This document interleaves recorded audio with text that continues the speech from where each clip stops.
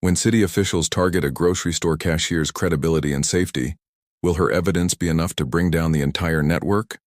Because Linda's investigation had uncovered $2.3 million in fraudulent transactions, and the people responsible were willing to kill to protect that secret. Despite the increasing pressure, Linda used her retail expertise to methodically document the corruption scheme. Her 15 years of customer service experience had taught her the importance of precise record-keeping, and she applied those skills to building a legal case. Working during her breaks and before store hours, Linda photographed fake receipts, documented the timing patterns of fraudulent transactions, and cross-referenced the money laundering dates with public records of city contract awards. Her evidence showed a direct correlation between bribe payments and contract approvals spanning 2 years. Linda also discovered that the scheme involved multiple city officials beyond Mayor Williams. The fake receipts were being generated for different customers whose names matched city council members, the public works director, and several department heads. The grocery store money laundering was just one part of a comprehensive corruption network that had systematically looted the city's construction budget. But Linda's most damaging evidence came from her detailed analysis of inventory discrepancies. The fraudulent transactions claimed thousands of dollars in grocery purchases, but Linda's careful tracking showed that the corresponding products had never actually left the store's shelves. This created an undeniable paper trail, proving the transactions were fabricated. "I have enough evidence to prove they stole over $2 million from city taxpayers," Linda told her daughter Maria during a late-night phone call. "But I'm scared about what they might do to stop me from testifying." Linda's fears were justified when the corruption network escalated their intimidation tactics to include her family.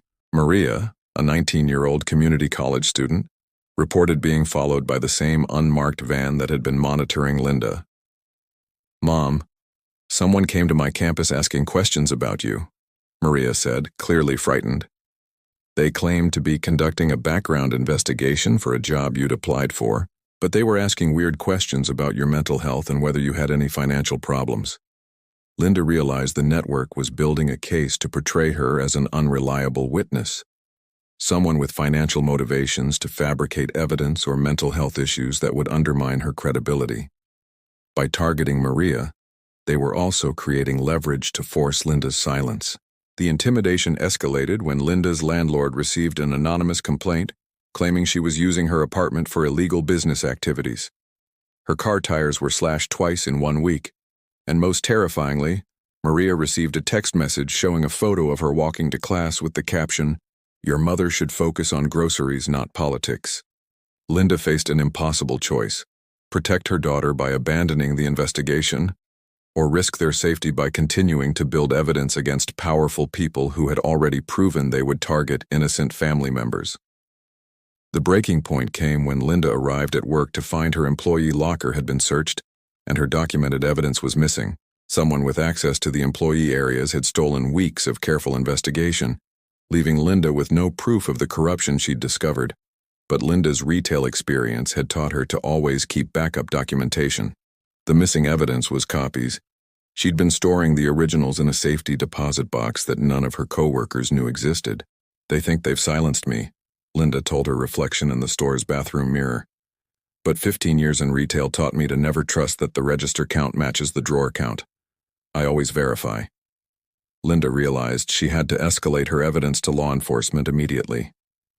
The theft of her investigation materials proved that someone inside the store was working with the corruption network, and the threats to Maria meant the situation was becoming violent.